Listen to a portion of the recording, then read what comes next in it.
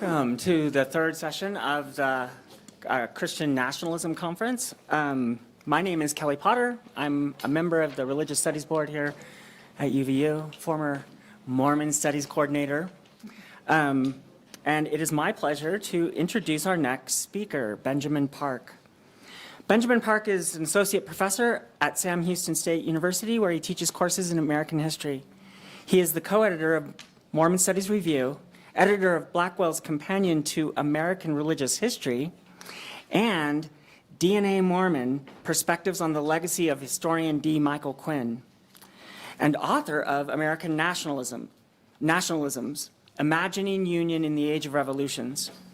His book, Kingdom of Nauvoo, The Rise and Fall of a Religious Empire on the American Frontier, won the Mormon History Association's Best Book Award and has been optioned for a feature film.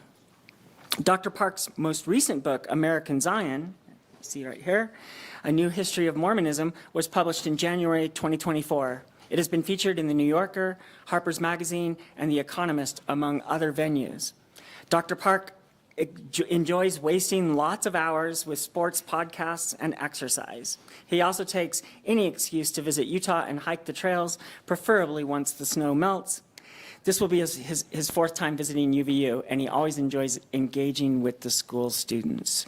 Please join me in welcoming Benjamin Park.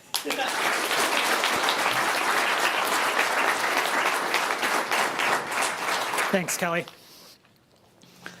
First, it's a pleasure to be here. So glad to see so many of you here, and thanks to Brian and others for organizing. One of the most poignant expressions of Christian nationalism in modern America is John McNaughton's One Nation Under God. The image is a panoply of Christian nationalist symbols, showing an Aaron Eckhart-looking Jesus Christ literally holding the Constitution, surrounded by the nation's eminent men and some women, showing their devotion to the divinity of America's creation. This also includes George Washington, Abraham Lincoln, John Adams, and Alexander Hamilton performing what I think must have been a talented, if overqualified, barbershop quartet on the right there. Here you have the artistic depiction of leading figures drafted into the religious war over whether America was founded as a Christian nation, the visual embodiment that the United States is a holy mission and its Constitution sacred scripture. Of course, the display is also explicitly partisan, with the wicked found in the lower right corner, including liberal justices, a Hollywood producer, the media, and as the only person conceited enough to place himself on the top stair, according to McNaughton's explanation, a college professor. I mean, he's not wrong on the last one. While much of this fits into the broader movement of Christian nationalism we've been discussing today, the painting also includes a subtle hint of another cultural inheritance. Clutched by a man in the righteous corner of the audience is the book The 5,000-Year Leap. Written by Cleon Skousen, this book represents not just the right-wing Christian thinking in the 20th century, but also a particular brand of Mormon religious imagination. So while McNaughton, who is also LDS, like Cleon Skousen, lives in Utah, so while McNaughton does not present this as an explicitly Mormon painting, his work hints at both overlaps and tensions that exist within the Latter-day Saints and the culture in which they have developed. To a degree, McNaughton's painting fulfills a popular stereotype. Latter-day Saints are among the most reliable Republican voting blocs in the nation.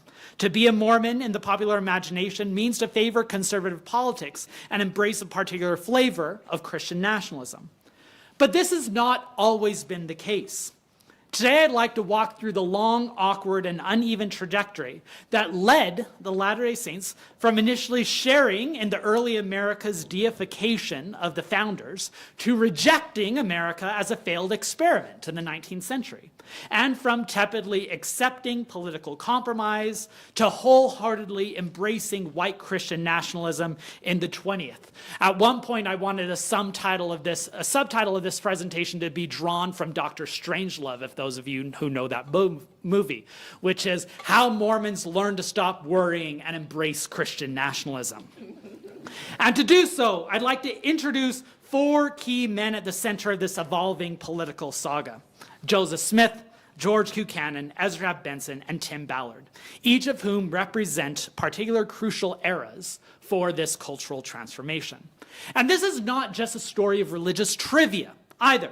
Rather, to tell the story of Mormonism's political and cultural evolution is to narrate the broader contours of religious development in America. A reminder that not everything we take for granted today had always been predetermined. To see how the Mormons got to this point is to reinforce that the future is also up for grabs, both for the United States as well as its most famous homegrown religion. Act 1, Origins. The Church of Christ, as it was originally named, was initially interpreted as a political protest. The earliest readers of the Book of Mormon highlighted as anti-democracy ethos. God's people in the text chose to follow a series of divine monarchs who also happened to be priestly patriarchs, a fusion of church and state that distrusted the majoritarian voice of mankind. Critics therefore denounced the Book of Mormon's believers as dissenters from America's democratic tradition. Yet the scriptural text was inconsistent in its anti-majoritarian message, instead offering a political theology that was far from fully systematic, but instead embodied an uneasiness with any form of governance that did not prioritize God's will. Joseph Smith's earliest revelations seem to speak to a community divorced from national politics and without national allegiance, instead emphasizing the apocalyptic promise that all human governments would soon give way to that of God's. The love for and faith in America's patriotic legacy was hard to shake, however, especially when the saints needed to call on the rights and protections of American citizenship.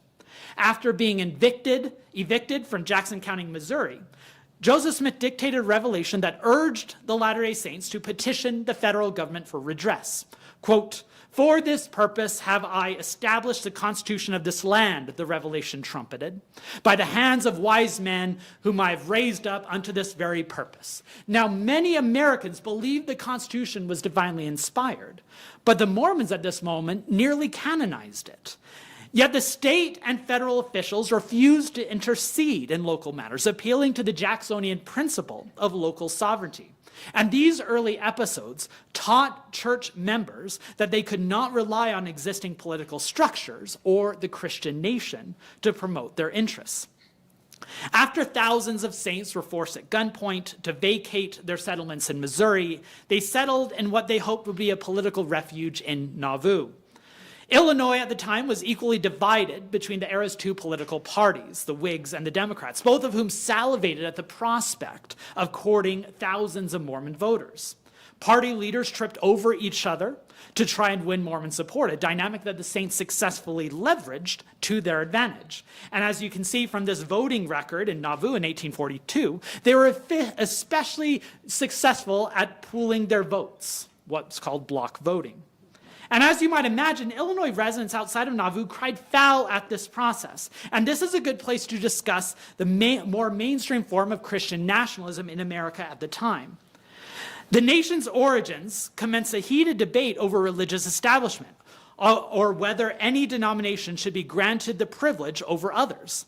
Some states prioritized a model of toleration, which all religions were to be tolerated, but a select few were to be given Christian status and privilege. Yet the framework that came to dominate was that of religious freedom, in which all churches were, theoretically at least, placed on the same footing. But this, of course, did not mean that all churches held equal status. What quickly arose was a quasi-establishment of the Protestant majority, who punished those faiths, like the Mormons and Catholics, who failed to accord with particular principles and values. When tensions escalated in Nauvoo, Joseph Smith searched for radical solutions. He introduced 2 bold actions in early 1844 that represented both his desperation as well as the malleable nature of his political theology. Publicly, he announced a presidential campaign that was doomed from the start, but designed to spark public sympathy. The platform upon which he ran was an awkward collection of Whig policies and democratic talking points, but he also presented a direct critique to the entire democratic system. The only solution for America, he argued, was to turn to the divine sovereign voice of God that could dispel the chaos and usher in both religious and social order. You can see this message in the campaign announcement here. The dark clouds representing error and apostasy are pierced with the divine light of revelation. The phrase super hanc petram edificabo is a Latin text of the first half of Matthew 18:16. Upon this rock I will build my church. Except the words for build my church are excised, implying that the rock of revelation should also serve as a foundation for government. The American nation was not to be saved through political compromise, but redemption, with Smith as a savior. Around the same time that Smith launched his presidential campaign, he also introduced a new theocratic council that came to be known as the Council of 50. Only when God's laws were governed by priesthood officers could citizens experience true freedom, Smith argued. Within this theocratic society, Smith could finally, quote, tell the people what the true principles of liberty was, because even George Washington could not do it, he said. Smith revised the common American mantra of vox populi, vox dei, that was at the heart of the American democratic experiment. Rather than meaning the voice of the people is the voice of God, which is how most interpreted it, he said it meant the voice of people assenting to the voice of God. Smith claimed that America had failed in not recognizing God's sovereignty and fulfilling divine principles. This form of Christian nationalism, the climax of Joseph Smith's political theology, required a merging of secular and religious authority outside America's parameters. Only a nation directly governed by God could be a godly nation.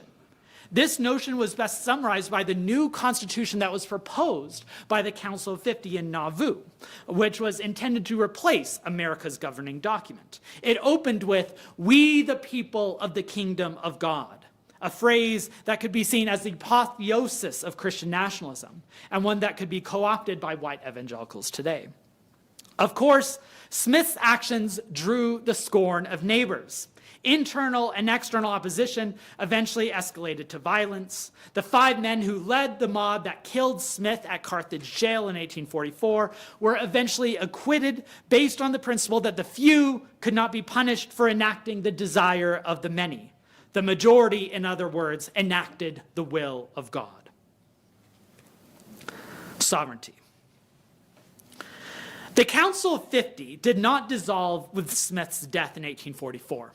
Indeed, it became the primary governing council for the church and a mechanism through which Brigham Young took the helm.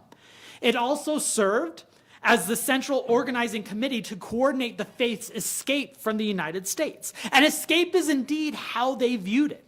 Leaders and followers alike were both frequent and loud in denouncing the United States as a failed experiment, a nation that had forfeited any claim it had to God's chosen status.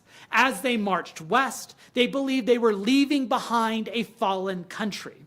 Even pragmatic compromises embodied their distrust. When the church agreed to raise an American militia for the U.S.-Mexico War, the Mormon battalion flew a flag that featured 13 stars rather than the most recent iteration of 29. Their allegiance, in other words, was to America's original ideals, not its current embodiment.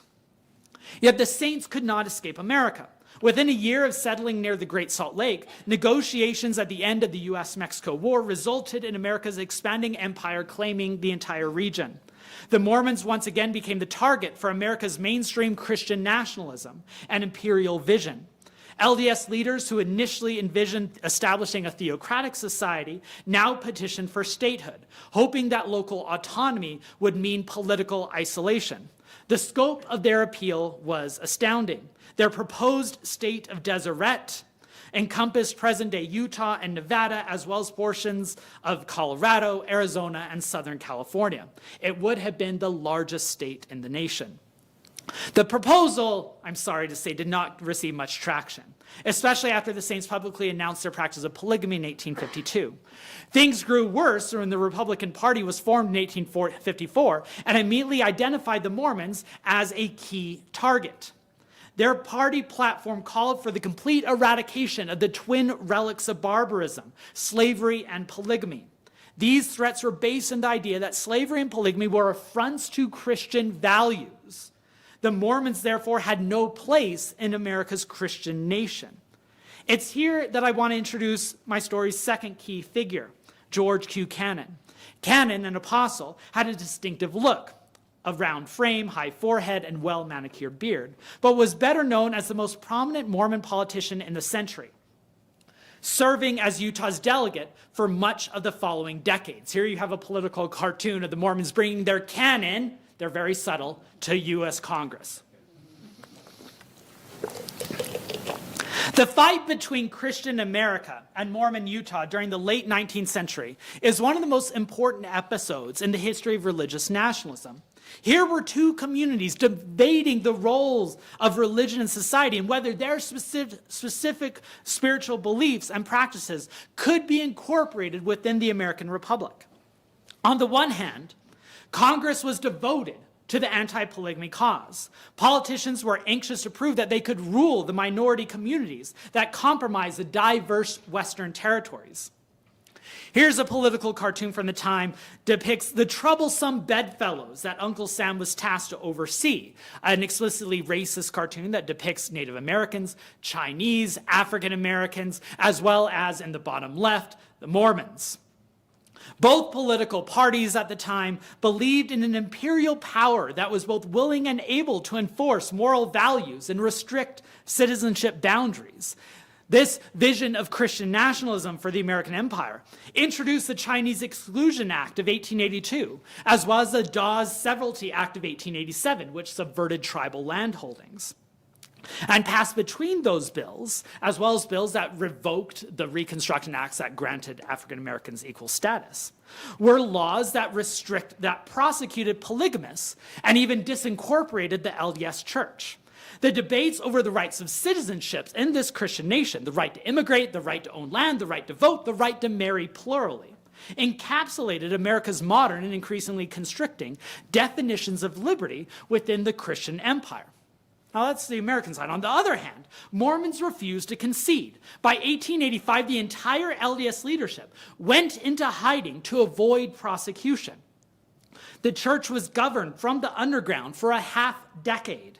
Cannon preached that while it is our duty to uphold the government and observe its laws, that duty disappears, quote, when any of its laws conflict with the laws of God. Over 1,000 Mormons served jail time during that decade, including Cannon, who served his sentence in 1887. One scholar has noted that the Mormon attempt to evade polygamy prosecution was the longest communal act of civil disobedience in American history. A quick note on how the end of polygamy laid the foundation for later political transformation, because it was in those darkest moments of the underground leadership that Cannon found a sliver of hope in the form of political realignment. Cannon began meeting with Republican officials in the spring of 1890 to plot a future collaboration that would be fruitful to both the Saints and the GOP, the party that had previously been its most strident adversary. And the political calculus worked. As Utah achieved statehood in 1896, once the church agreed to give up polygamy and embrace the two-party system, and LDS leaders began forging firmer relationships with the GOP. To celebrate, Mormons sewed the largest American flag yet crafted and hung it from the ceiling of the tabernacle and then later from the side of the Salt Lake Temple. Given the history I've just outlined, this was an ironic image, but it demonstrated the elasticity of the Christian nationalist imagination. The very religion that had previously been the central target for Christian America was now donning its patriotic banner from the side of its sacred structure. Act 3, Apotheosis. It was a frigid morning when Dwight Eisenhower was inaugurated the 34th President of the United States on January 19, 1953, following a day of exceptional fog. But David O. McKay did not mind. To the new LDS president, America's future had never beamed so bright. The fog of yesterday which McKay represented the fog that had been hanging over Washington politically for decades, had now vanished. McKay told those close to him while seated at the inauguration that, quote, "the sunshine seems a manifestation of divine approval." The remark failed to elicit laughs from the Democrats seated beside him. The only Mormon more satisfied with Dwight Eisenhower's election that day than McKay was Ezra Benson, our third character. Born in rural Idaho, Benson had served several years as the executive secretary of the National Council of Farm Cooperatives, a position that brought him to D.C. to represent over 2 million farmers across America. His deep distrust of federal assistance meant he opposed FDR's New Deal measures, which he denounced as paternalistic government. A fellow apostle once remarked that anyone who didn't agree with Brother Benson's mind was considered a communist. It was an exaggeration, but not by much. Due to his growing reputation and expertise, Eisenhower tapped Benson as his Secretary for Agriculture, a position he then held while also serving in the Quorum of the 12 Apostles. By the time Benson entered the national stage in the 1950s, the Latter-day Saints were in the middle of a political transformation. Ever since the tenuous bargain that George Cannon had struck in the 1890s with the Republicans, there was a split among the faithful. Most Mormon leaders supported the GOP, while a majority of the faith supported the Democrats. This division was most stark during the 1930s, when the church was led by men who despised Franklin Roosevelt and his New Deal, and yet Utah voted for FDR by overwhelming margins every time he was on the ballot. But thanks to the dogged, calculated, and sustained efforts of J. Reuben Clark, seen here, the church's general message and culture slowly drifted rightward during these decades. The faith's welfare plan was just one of many efforts to reorient LDS priorities to match the bubbling conservative shift that would soon sweep America. Ezra Benson was prepared to both benefit and shape this momentum. But he was doing so at a particular cultural moment. Historians have pointed to the 1950s as an era of rising Christian libertarianism, a cultural coalition that merged two groups that had previously been pushed to society's fringe. On the one side were those who promoted big business and decried overregulation, corporate figures who had been demonized during the New Deal years. On the other hand, were evangelicals who had largely retreated from the public square, following disputes over evolution and other modernist issues in the 1920s and 1930s. Together, these two groups, the big corporate and evangelical interests, formed a coalition that represented a new vision for Christian nationalism that combined piety and libertarianism. They threw their weight behind Eisenhower, who rewarded them with ceremonial vestiges of Christianity, like adding "under God" to the Pledge of Allegiance and making "one nation under God" the national motto. In many ways, the 1950s was the zenith of federal Christian national imagination. Joined by other prominent Mormon figures from the era, Benson added to this larger discourse by reframing Mormon doctrinal and scriptural interpretations that matched this broader Christian nationalist image. Here you see some books from Ezra Benson as well as Cleon Skousen. They deified America's founders as not only chosen by God, but as godly people and devout Christians. And notably, these depictions succeeded not only in making the founders Christian, but in the process, making Mormons Christian as well. That is, Latter-day Saints could prove their patriotic and Christian bona fides by joining the chorus of Christian nationalism. Consider Mormon painter Arnold Freiberg's depiction of George Washington praying at Valley Forge, which became prominent not just in the LDS community, but wider American culture. Notably, these ideas became mainstream in Mormonism just before the Correlation Project was implemented and standardized church teachings for generations to come. So unlike previous eras of evolving teachings, this batch of ideas, wedded to a particular cultural context of Christian nationalism, became curriculum, doctrine that is now taken for granted a half-century later, as if it were always in place. And as I'll return to at the end of my paper, this codified teaching is becoming increasingly incongruous with an increasingly global church. Now, merely deifying America's founders was just one aspect of the mid-20th century Christian nationalism. Before moving on to our contemporary era, we must also discuss how there was a significant partisan conspiratorial edge to the mid-20th century Christian and Mormon visions of the nation as well.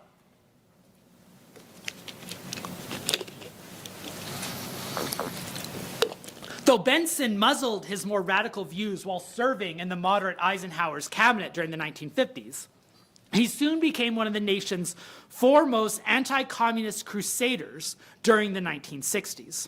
No true Latter-day Saint could be a communist or socialist, Benson declared, insisting that the welfare state was an unpersuasive cover for a creeping global cabal. He was especially swept up in the conspiracist wing of the conservative movement. Though McKay never allowed him to officially join the radical John Birch Society, Benson became close friends with its founder, Robert Welch, and often acted as a crucible for this conspiratorial message. This image here depicts Benson in the center with Robert Welch on the left, all seated appropriately under a banner, America, One Nation Under God. Indeed, when Welch published his book, The Politician, in 1963, a book that posited that Eisenhower was part of a global communist plot, even the soon-to-be GOP presidential nominee and partisan firebrand, Barry Goldwater, denounced the book as too radical. Benson, conversely, sent copies to his fellow apostles as Christmas presents. He also regaled the saints with general conference addresses that echoed these radical theories, including the accusation that Martin Luther King Jr. and other civil rights activists were tools of communist deception. A few years later, he wrote the foreword for the racist diatribe, The Black Hammer, a study of black power, red influence, and white alternatives, one of the most extreme anti-civil rights works from the era. And of course, Benson wasn't alone in these efforts. During these same years, Cleon Skousen, a BYU professor and one-time Salt Lake City police chief, became a popular Mormon author and speaker. His book, The Naked Communist, which classified communism as a global evil within an eternal war, became a bestseller, especially after McKay praised it in General Conference.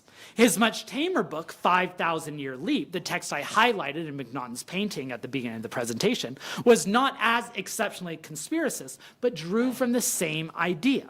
The Christian nationalism espoused in these works went beyond positing a religious origins for the nation, but also waging a right-wing war against progressive ideologies, envisioning a cosmic battle between good and evil that happened to match the partisan divides and perpetuate conspiratorial theories.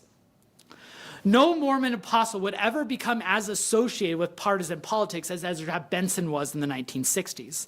But Benson's impact remained long after his partisan career. His voice rang last, and it rang the longest.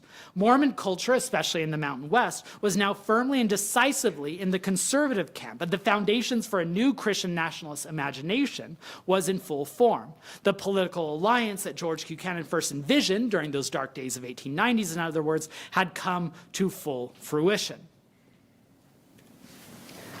Final act, I promise. Partisans. The ensuing 4 decades accelerated this movement already in motion. The culture wars of the 1970s, especially fights over the Equal Rights Amendment, pulled Mormons into an increasingly partisan position. And when a resurgent evangelical front rose to the cultural mainstream in the 1970s, anxious to form a devoted army to attack liberalism's corrosions, they set aside previous denominational rivalries to enlist zealous soldiers. The Mormons, once the target of the evangelical establishment, now became fellow patriots in the religious right, a coalition that provided the saints with the form of acceptance and capital that they had long dreamt. Which brings me to my 4th case study in the saga of Mormon Christian nationalism, Tim Ballard. Now, I know Ballard has become known for other things in the last year. But I want to focus on his religious writings that preceded 2023. Because as much as this statement I'm about to say makes me and other historians cringe, Ballard was likely the best-selling author of LDS historical works in the 21st century. Although I'll put scare quotes over historical in that sentence. It's in Ballard, I argue, that we can see some of the extreme fruitions of the Christian nationalist imagination within modern Mormonism. In a series of works that span about a decade, Ballard both drew from and adapted broader cultural arguments concerning American history to fit the particular Mormon story. This included his Hypothesis trilogy, which were published by Deseret Book, as well as a 2-volume American Covenant, which appeared with an independent publisher. Their appearance in and promotion by the LDS-owned bookseller gave them an imprimatur of authority within Latter-day Saint communities and became bestsellers until being removed by Deseret bookshelves last year. Now, there are a few elements of these works that deserve comment. First, and most obviously, the arguments found in these works contradict broader historical consensus, to put it lightly. They are built on deliberate misreadings, selective interpretations, and strained reasoning concerning the religious beliefs of key men, and they are almost always men, in American history. That such theories are even possible is a result of decades of intellectual battles within American culture that have siphoned off spheres of society into communities with their own truths, facts, and narratives. This division, of course, has been around since the early 20th century due to debates over modernist and fundamentalist ways of knowledge. But the cleaving was accelerated during the culture wars of the 1970s, especially those surrounding America's bicentennial celebration. Richard Nixon himself denounced the ivory tower historians who emphasized the nation's shortcomings and instead called for patriotic stories that highlight the virtues of the founders. And once Watergate then shattered any lingering trust in modern America, the truly bifurcated perspective of American history came into view. Academics were now focused on the hypocrisy at the heart of the nation. During the bicentennial year of 1976, for instance, the National Book Award went to David Bryan Davis's The Problem of Slavery in the Age of Revolution. The message wasn't clear enough. The runner-up for the award was Edmund Morgan's American Slavery, American Freedom.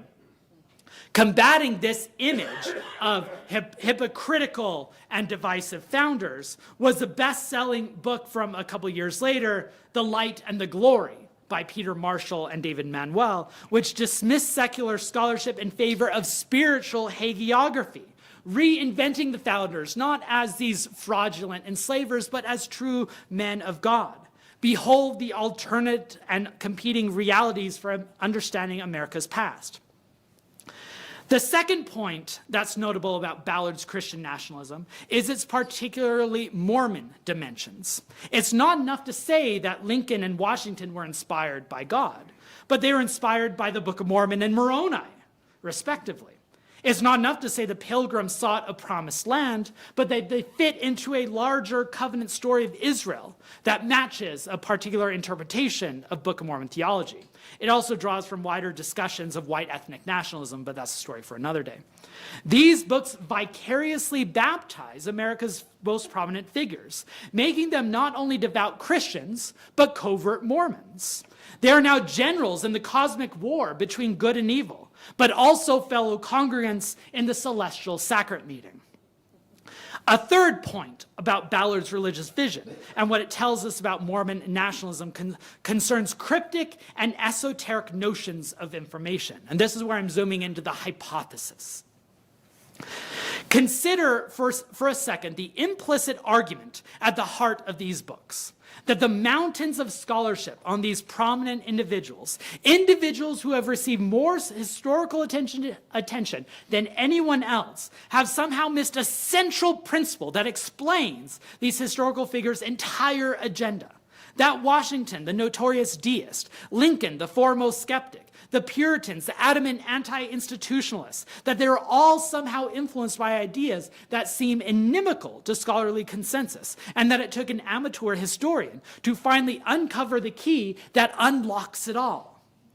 While precocious, This is actually a crucial, if understated, element of modern Christian nationalism, that the way of knowing embraced by much of modern America, especially the academy, is wrong, and that truths are more accurately discovered through countercultural disruption. This esotericism, or the belief that there are hidden truths kept from the general public, is both tethered to the same anti-communist conspiracies of Ezra Benson's age, as also newly relevant in our era of QAnon. True knowledge is found through drops of wisdom, removing the layers of lies upon which modernity is built. Learning is predicated on hypotheses, not consensus.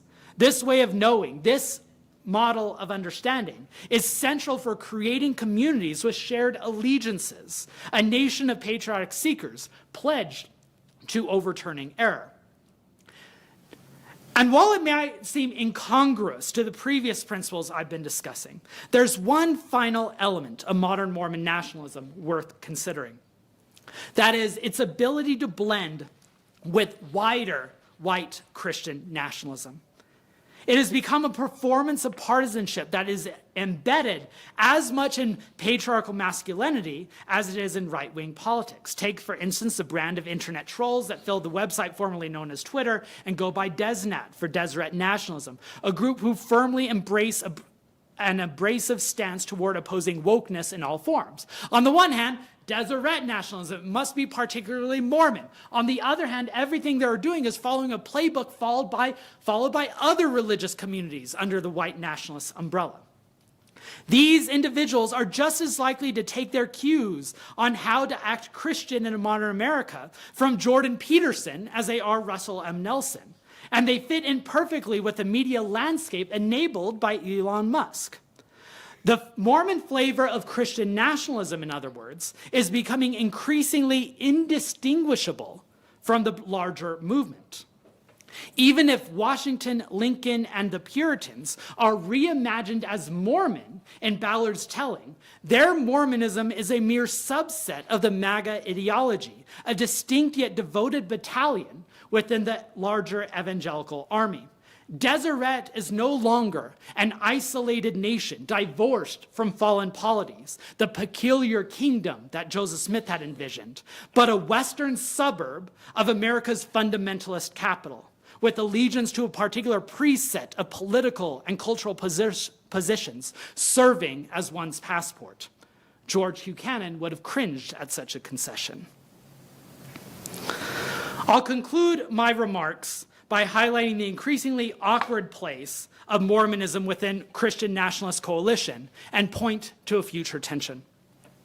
First, it needs to be said that the white evangelicals who form the base for the Christian nationalist movement have only accepted Latter-day Saints on pragmatic grounds. We are only a century removed from Mormons being the targets of the white Christian nationalist imagination. And the primary reason that changed was because Latter-day Saints proved useful colleagues in the war against progressive policies. But that allegiance is always on tenuous footing. A Pew Research survey from just last year showed that while Mormons had high opinions of other religions, always the good neighbor, the reverse was not true. Mormons were viewed less favorably than any other denomination in the United States. Though the Mormon portion of the religious right alliance currently seems solid, that might not always be the case, and they could be the first allies dropped as soon as it is found convenient. And finally, this attachment to Christian nationalism appears increasingly incongruous within a nation that now has more members of the faith outside of the United States than within. Just last month, the recently reopened plaza next to Salt Lake City's Temple Square features 91 flags from around the globe to symbolize, according to the church, God's love for everyone. Though the faith has been intertwined with the United States for nearly 2 centuries, its future is global.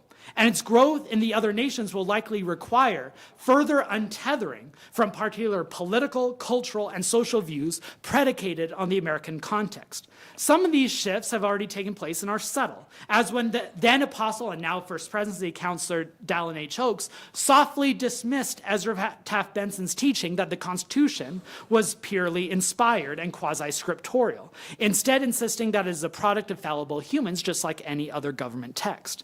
Other shifts are more explicit, as with these flags, as well as a decreasing references to American founders in General Conference.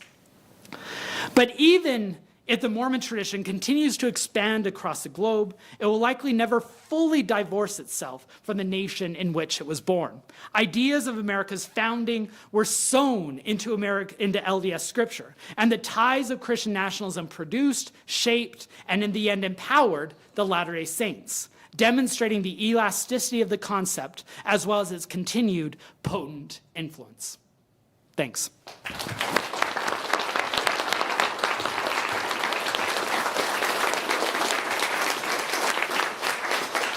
Okay, we have about 10 minutes for questions. As is normal, please wait for the microphone.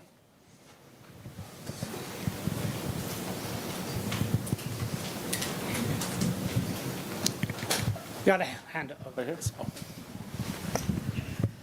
Do you think that the leadership of the church will ever take a step towards speaking against DESNAT? It's a good question.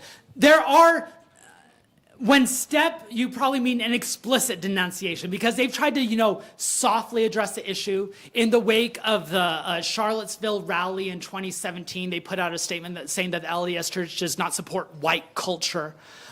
You had, in the wake of the January 6th insurrection, Dallin H. Oakes making remarks on, accepting the will of elections and not fomenting distrust. Just this last week, there were remarks about being kind and civil in social media spaces. But one of the interesting notes of seeing how the LDS Church leadership responds to political divisions in America is whenever it's progressive or left-wing policies, they often explicitly denounce groups and actions.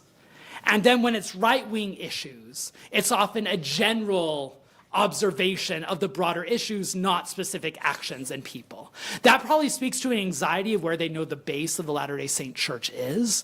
Will that change in the future? I don't know. If the last few years didn't prompt a change, I don't know if anything will. But historians are horrible prophets. And so I think that the grounds are there. I think as the leadership is further populated by people who don't come from a shared demographic and background, then they're not going to have as much anxiety over it. So maybe in the future, I think that international aspect of leadership is going to be a crucial step in that process. Right. Oh. Go ahead. You go first. What inspired you to first talk about this point?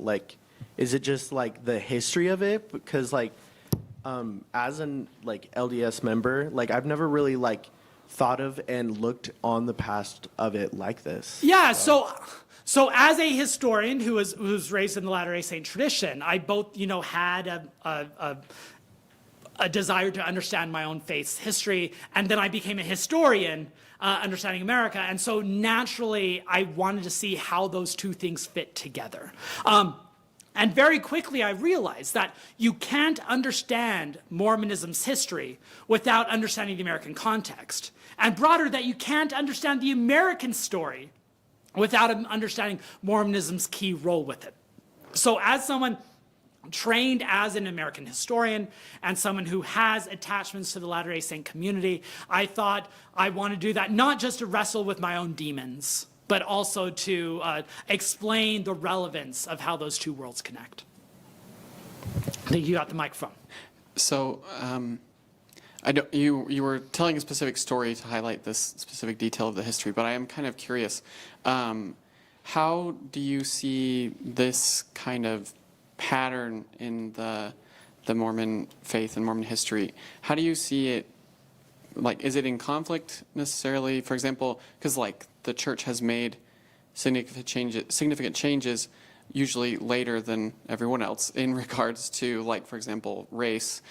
You mentioned that there was like a lot of Mormon participation against the civil rights movement, but then eventually the church, accepted it and kind of pretended that that all didn't happen. But so do you see that as just course correcting, or is there some sort of like conflict within the church in that regard? I think every religion has those conflicts. So in general, this is broad generalization. So you specialists in religious studies scholars, close your ears against these heresies of generalization. For religions to thrive, you generally have to do two things. One is you have to be able to convince your followers that you are the eternal truth standing against time and you're not changed by generation, right? That is the same yesterday, today, and forever. That's step one. Step two is to change with each generation, responding to new ages and new concerns, right? Balancing those two things is very difficult. The LDS Church has been able to, manage that for 200 years. For some people thinking that concedes too much, and some people saying that it hasn't conceded enough.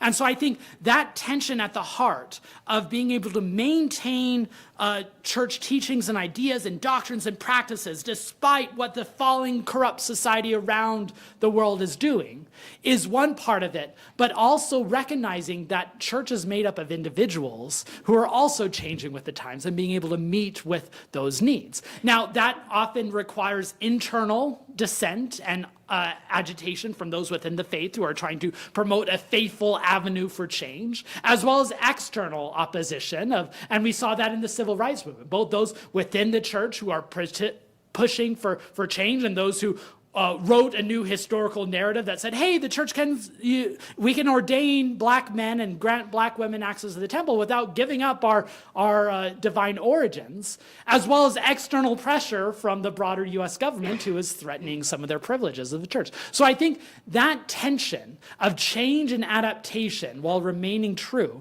is at the heart of every religion, but it's especially at the heart of Mormonism, and that's been one of the crucial tensions throughout its 200-year history. Got a hand over here?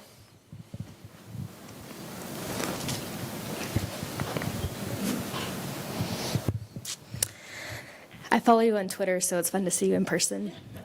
I am curious about how Donald Trump and his rise and support by a lot of religious people, especially evangelicals, but then Mormon support of him, how he fits in the story of their imagination of the role of the United States in bringing about this cosmic victory over this cosmic battle. Yeah, it's a great question. It's a question that is often on everyone's mind on these types of things. How do people who want religious leadership in a religious nation embrace someone like Donald Trump?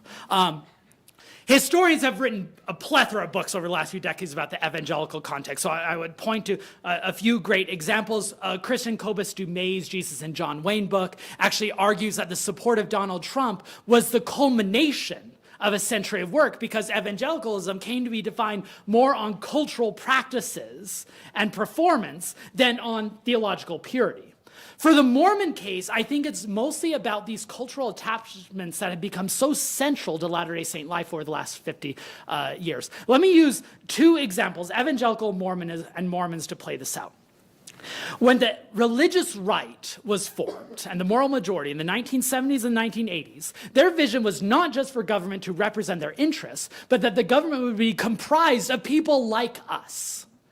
And when it came to 1992, there were many of the religious right who were not happy with George H.W. Bush. They're like, he's not a born-again evangelical. We want to support Pat Buchanan. Pat Buchanan is the person who better reflects our vision. And then Pat Buchanan ran a primary campaign, ended up losing, and then when he spoke at the Republican National Convention, he spoke to his followers, the religious right, and he said, this party is home.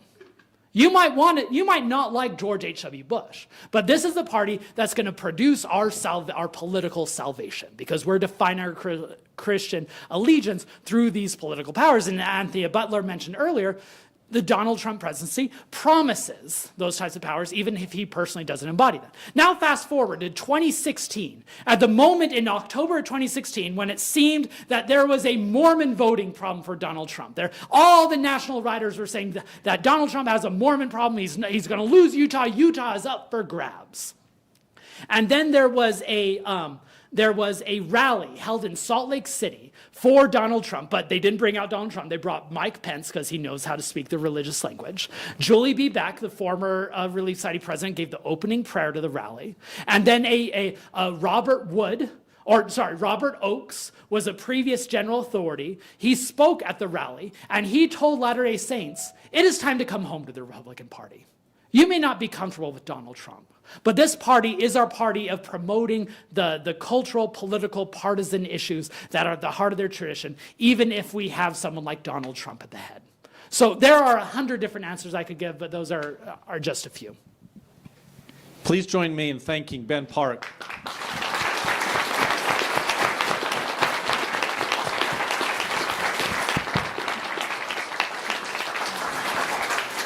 Okay, we'll reconvene at